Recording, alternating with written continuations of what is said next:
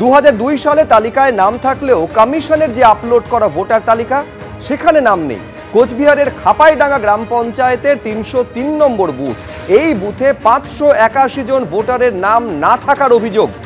মাথাভাঙা বিধানসভার পচাগড়ে 400-র বেশি ভোটারের নাম না থাকার অভিযোগ। 2002 সালের যে তালিকাকে বেঞ্চমার্ক ধরা হচ্ছে, সেই তালিকায় নাম রয়েছে, কিন্তু কমিশনের আপলোড করা যে ভোটার তালিকা সেখানে নাম নেই বলে অভিযোগ।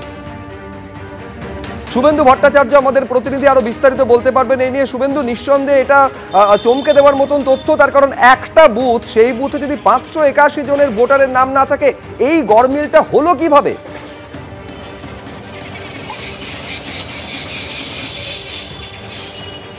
একদমই তাই। দেখো, এটা নিয়ে ইতিমধ্যেই কিন্তু আতঙ্ক ছড়িয়েছে এলাকার বাসিন্দাদের মধ্যে। যেটা জানিয়ে রাখি, কোচবিহার উত্তর বিধানসভা খাপাইডাঙ্গা অঞ্চল, সেখানে যে বুথটি রয়েছে 303 নম্বর বুথ, যেটি 2002 সালে এটি নাটাবাড়ি বিধানসভা কেন্দ্রের অন্তর্ভুক্ত ছিল এবং 2 নম্বর বুথ ছিল।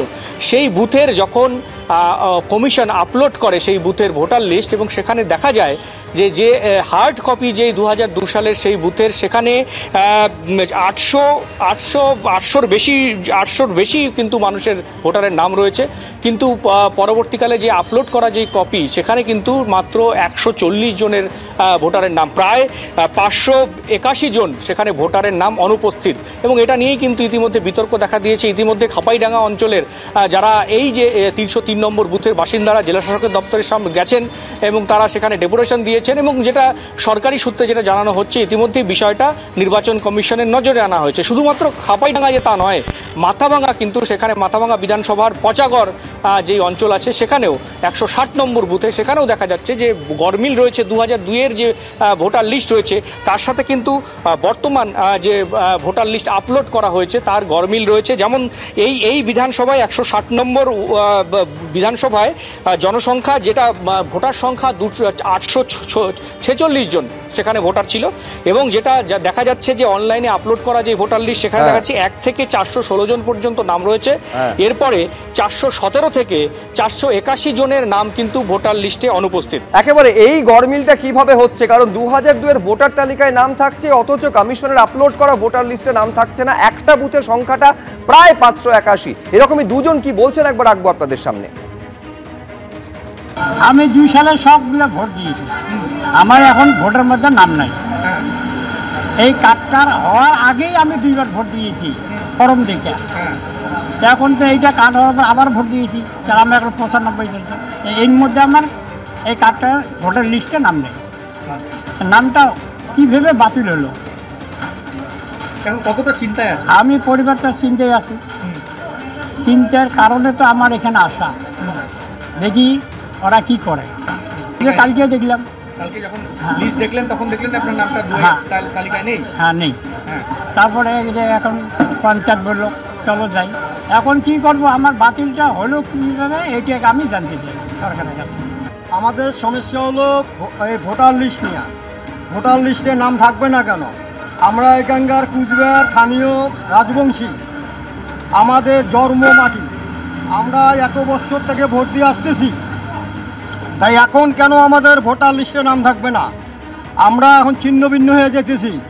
আমরা রাস্তাঘাটে, আমরা মনে করো আমরা এখন রাস্তাঘাটে আত্মহত্যা করার জন্য আমরা চলছি। যদি এই ভোটার লিস্টে নাম না থাকে আমরা আত্মহত্যা করবো রাস্তায়। আমরা অনেক দিন থেকে ভোট দিয়ে আসছি। 2002 ভোট দিয়েছিলেন? হ্যাঁ, 2002-এও দিছি। কিন্তু এখন যে তালিকাটা দিছে সেখানে আপনার নাম নেই। আমাদের এখন যে তালিকায় এখন ভোটার লিস্টটা বাইরেছে, সে ভোটার লিস্টের মধ্যে আমাদের কারো নাম নাই। কতটা আতঙ্কের মধ্যে আছে? আমরা বিশাল বড় আতঙ্কের মধ্যে আছি। কেউ ফাঁস দিছে, কেউ বিষ খেয়েছে। কেন এগুলো হচ্ছে? আর আমাদের যদি এই ভোটার লিস্টে নাম না থাকে, তাহলে আমরা রাস্তায় ঘাটে আমরা আত্মহত্যা করতে যাব।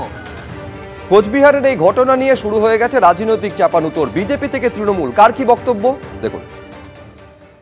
মাথাভাঙা যেটা সবচেয়ে বড় প্রশ্ন হচ্ছে 2000 সালের যে ভোটার লিস্ট, 2002 সালে যে ভোটার লিস্ট, ভোটার সংখ্যা হচ্ছে টোটাল 841।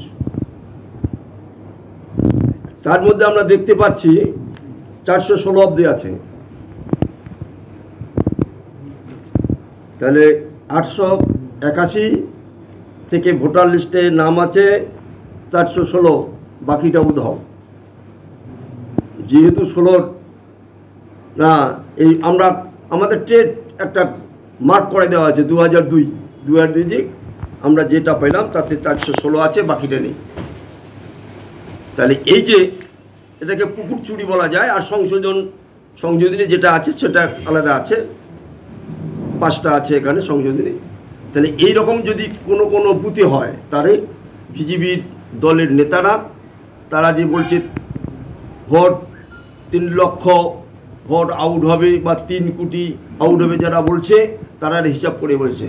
এখানে বিজেপির কোনো ব্যাপার নেই, যা কিছু করছে নির্বাচন কমিশন তার নিয়মের মধ্যে যেটা রয়েছে সেই অনুযায়ী তারা করছে। আর এসআইআর নতুন করে কিছু হচ্ছে না। এসআইআর নির্বাচনী প্রক্রিয়ার একটা অঙ্গ। 2002 সালেও এসআইআর হয়েছিল, সেখানে অনেক লোকের নাম বাদ গিয়েছিল। আজকে যে সমস্ত বুথে, যে সমস্ত অঞ্চলে আজকে নাম বাদ গিয়েছে, তৃণমূল আজকে যেটা নিয়ে রাজনীতি করছে সেটা হচ্ছে 2002 সনে পরে যারা অবৈধভাবে যারা এখানে নাম তুলেছিল তাদের নামটাই বাদ যাওয়ার কথা। আর তৃণমূলের এখানে এই ভয় যে অবৈধ ভোটার, ভুয়ো ভোটার, অনুপ্রবেশকারী ভোটারদের ভোটার লিস্টে নাম তুলে দিয়ে ভরিয়ে দিয়ে তাদের মাধ্যমে নির্বাচনের পর নির্বাচন জিতে আসছে। আর এই নামগুলো বাদ গেলে পরে আজকে তৃণমূল তাদের যেটা সুবিধা অবৈধ ভোটারের মাধ্যম দিয়ে তার নির্বাচনে জেতা, সেটা বন্ধ হয়ে যাবে। তার জন্য আজকে তৃণমূল এটা নিয়ে রাজনীতি আজকে করছে, বিজেপির নাম জড়াচ্ছে।